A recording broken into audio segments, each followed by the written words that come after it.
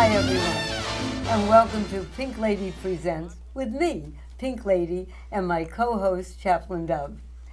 This program is all about lives well lived. And the young lady that's sitting beside me definitely started out as a baby with two parents who have lives well lived. Her mom and dad, U.S. Marines. And this is Stephanie Stone. Welcome, Stephanie. Thank you so much. So tell me, your mother and dad were both Marines when they got married, or tell us about that. They met at Cherry Point, North Carolina, in the Marine Corps, right? I love it. And in those days, when you served as a woman, if you served in the Marines and you got married, you were asked to leave, and so she came. Oh, but that's again, that was part of the deal. So she was in for a few years and met my dad, and the rest is history.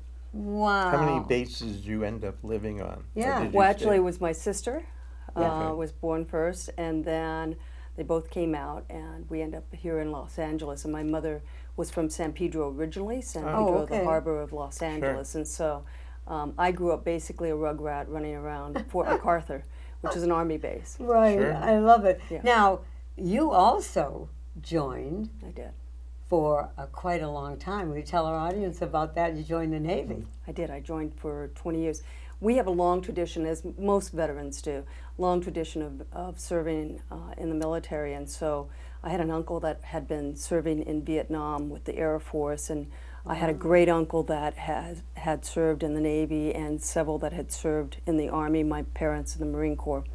And I was looking at what I was going to do after high school. I wanted to go to university. I wanted to see the world, and a combination of all of that took me to the Navy, and I loved it. I loved every bit of it. Well, first of all, we definitely, our audience out there, I know, is saying the same thing that we are. Thank you for your service, and thank so your much. parents for their service and the tradition that you have in your family. Absolutely. Did you go right into the service from high school, or did you go to college first? No, I went straight in. Wow. How young were you? I was 17, yeah. And those days, again, I think they still require it. You have to have your parents' signature. So it was...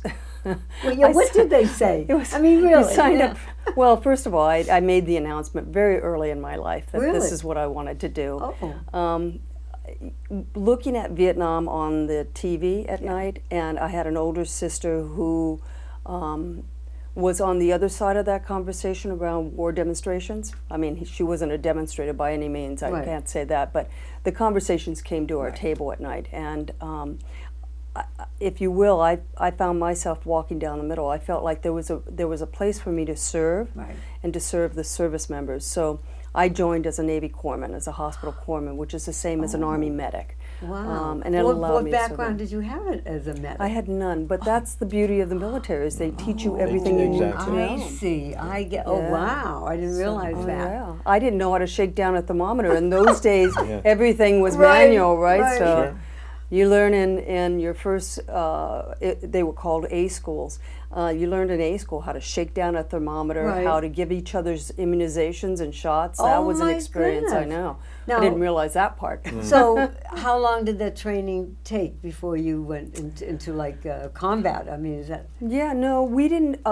So I came in right after the war. Okay. I'm actually part of the Vietnam era, but they didn't have us deploy. I served with a lot of Vietnam veterans, and I still say I give credit to our Vietnam veterans. It's the reason why I joined, was because I recognize that all this hate and hostility that was being seen in the streets during that time were against really the war and not the service members. And so that was my opportunity to give back. And I've been lucky and blessed to be able to continue to that service now that I'm God retired. bless you. Now, your education is a lot here. A Bachelor of Science, Master of Public Administration degree, and now you're going for a doctoral degree. What is that, the doctoral? You know, most people do this early in their life. Never too late. That's it. I've always been interested in, just the inquiry. Okay. What's going on? Right. What's happening? I was Questioning, looking, right. absolutely. Critical thought. I was lucky enough and to have met some interesting individuals when I first retired out of the Navy, and I When did went you to- retire, Steph? in '97. 97, okay. And I met somebody that introduced me to an organization called CORO, C-O-R-O. Yes, and what is that? It's a nonprofit organization that's been around since the 40s, Okay. and that trains recent graduates in public affairs. And the interesting thing is that the first class was made up of all veterans. And so Wow. it was really about getting to know what's happening in your community. Right. How do leaders make decisions? What are the best practices, and what are the red flags? And so I went through that program as the old fellow, because everyone else was 23, 27 love to it. 27, and there I was I think I was 37, almost Oh, 40. So really old. I was the old fellow. Okay. But it was discovering my own community, because I came back to Los Angeles and I was chosen for the fellows class, and it's a small class of 12 individuals that Oh go my through for the goodness, year. okay. So for 12 months I was walking the streets of LA, getting introduced to the leadership like at that time Mayor Reardon or Right. Eli Broad or the labor leaders in the community. People that were affecting change and really affecting the larger community and trying to understand how that works. So I felt like I was in a position to I felt like I was in a position to learn, and Right. I fell in love with that. And so afterwards, I ran the program for another 7 years, the Oh, Fellows wow. program. I came out, and ultimately I ended up getting hired by the County of Los Angeles for the Department of Military and Veteran Affairs, but I still miss that inquiry. Right. Yeah. So I remember yeah. meeting you for the first time years ago with Steve Rosemarin with the Oh, county my meetings. goodness. Yes. And Steve has since passed on. And what people from around the world who watch this program may not understand is, as the chief deputy of the LA County Military Veterans Affairs, I know your office is at Bob Hope Patriotic Hall. Right. And we've had Brigadier General Ruth Wong on the show, Ah, yes. who is the director. Yeah.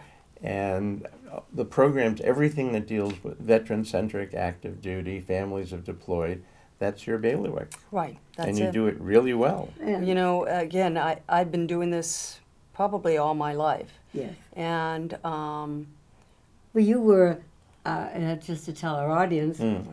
the first woman chair of the LA County Veterans Advisory Commission. You were the first woman, I mean, we're talking everyone, First, a lot of firsts. a lot of firsts. The first woman chair of the LA County Veteran Affairs Commission. So, and then you were, and still are, I believe, on Mayor Garcetti's Veteran Affairs Committee. Am I correct? I- So, how did you feel about being the first woman on these things? I mean, you're surrounded by men there. yeah. I mean, how did they take you coming in to their world, so to speak? They invited me in. I love it. They invited me in. Great. So, Because they Love it. recognize talent. Yeah. you know And what? so- I think that they were just, again, we're still talking about the Vietnam veterans, I have to say. That was the Yeah. era that so when I retired and I was completing my master's degree and I was working through the VA, and I'd heard about the mayor's council. Right.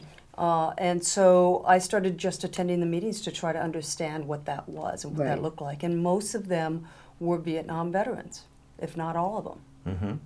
And they just invited me to the table. I First I of love all, don't know if come you're and be aware, I part of went in it. in 62 and came out in 68. Thank you. But I've been a chaplain Welcome home. 57 years, so I've never stopped. There you go. And that sort of segues into something. I'm now the president of the LA National Cemetery Foundation. And as part of that, I get to have a privilege of recognizing people who have given their all. And one of the things we did is we started something that's very much like a challenge coin. We choose to call it a presentation coin. And this is the first time the National Cemetery has ever done this.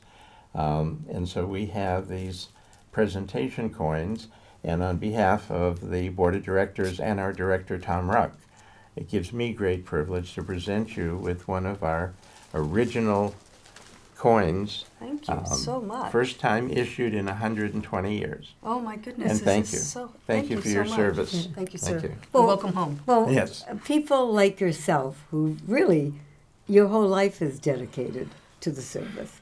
your parents, your family, and everything. I think it's a whole new look at what women are doing today. I mean, they really are. And years ago, I had an aunt who went into the WACs, There you right? go. That was the Women's Army. Army Corps. There you go. And the family was so upset. Right. I mean, it was like, why is she going? Oh, no, first thing they said was, she's going to get a husband. There you That go. was the first, I mean, you're There you talking go. 50, 60 years ago. But it's a whole different aura. And today, what you're going through. You were also, right now, being Chief Deputy Director with Ruth Wong. What is it that you do, Stephanie? So our responsibility is to connect the men and women that have served and their families to the resources and the benefits that they already deserved and have earned. So it's connecting them to their federal benefits through the VA system Right. and through the state benefits through CalVet or California State Department of Veteran Affairs. It's all of it, right? It's all of it, and it's been expanded because as the needs have grown for our Yes. community, we recognize that our responsibilities have grown as well. I like to think of us as servant leaders. Honestly, that's who we are. We're here to serve our community. Our bosses are not, forgive me, are not the 5 supervisors. Right. Our bosses are the veterans of the community and their families. That's why we're here, to be able to service them. And just to go back quickly about being the first woman and all that, it wasn't that I'm that exceptional by any means. I was in the right place at the right time. It's sad that it took until the 90s Correct. or in some cases the 2000s Right. before they decided to invite somebody. But those men that were there as part of that, Steve was one of those individuals. Those men were people that understood the value of diversity.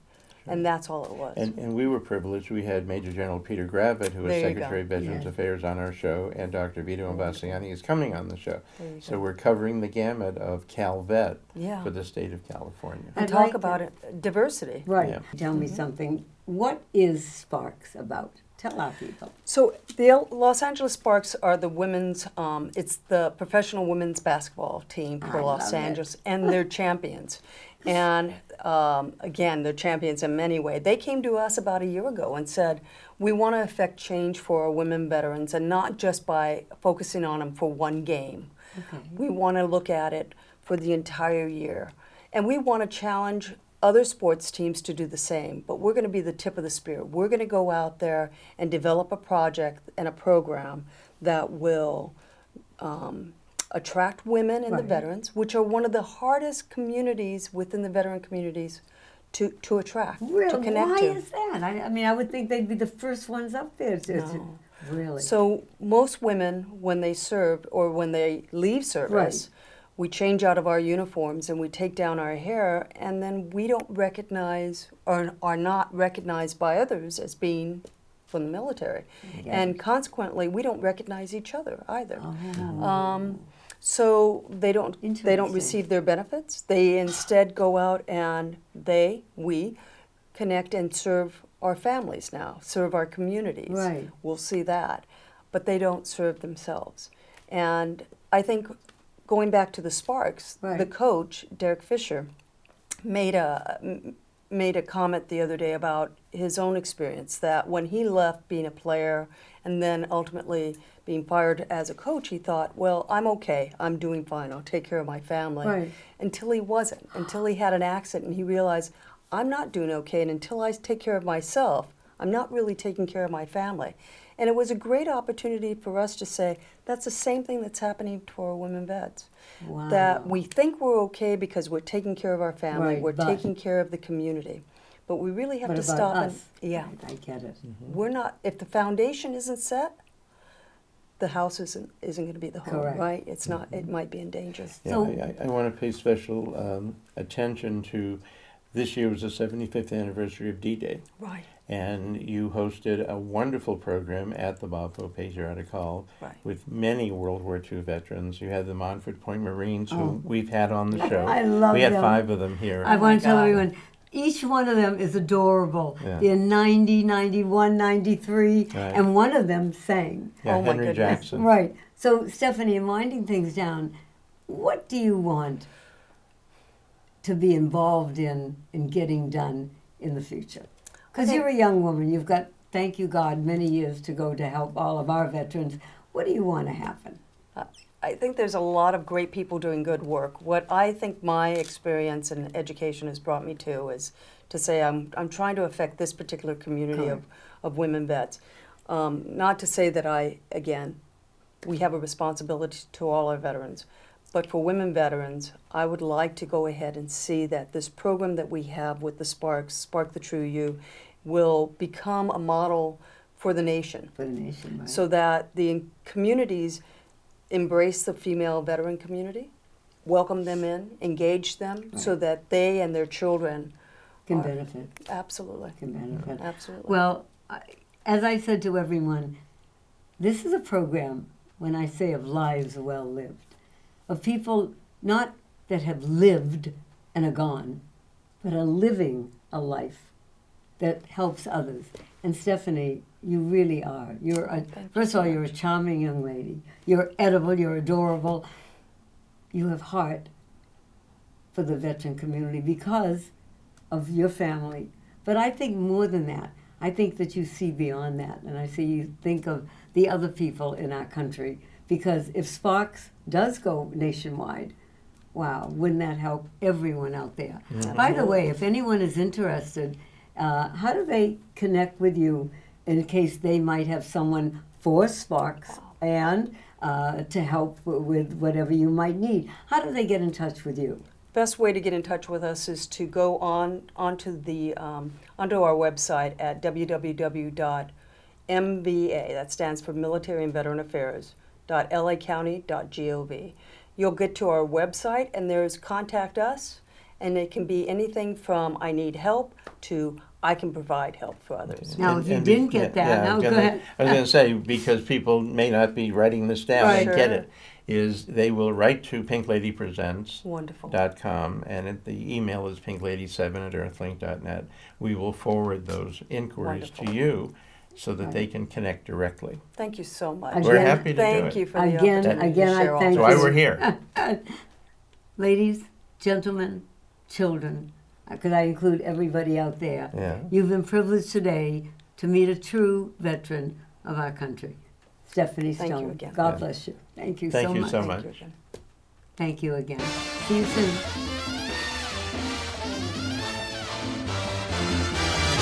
I'm gonna live till I die. I'm gonna laugh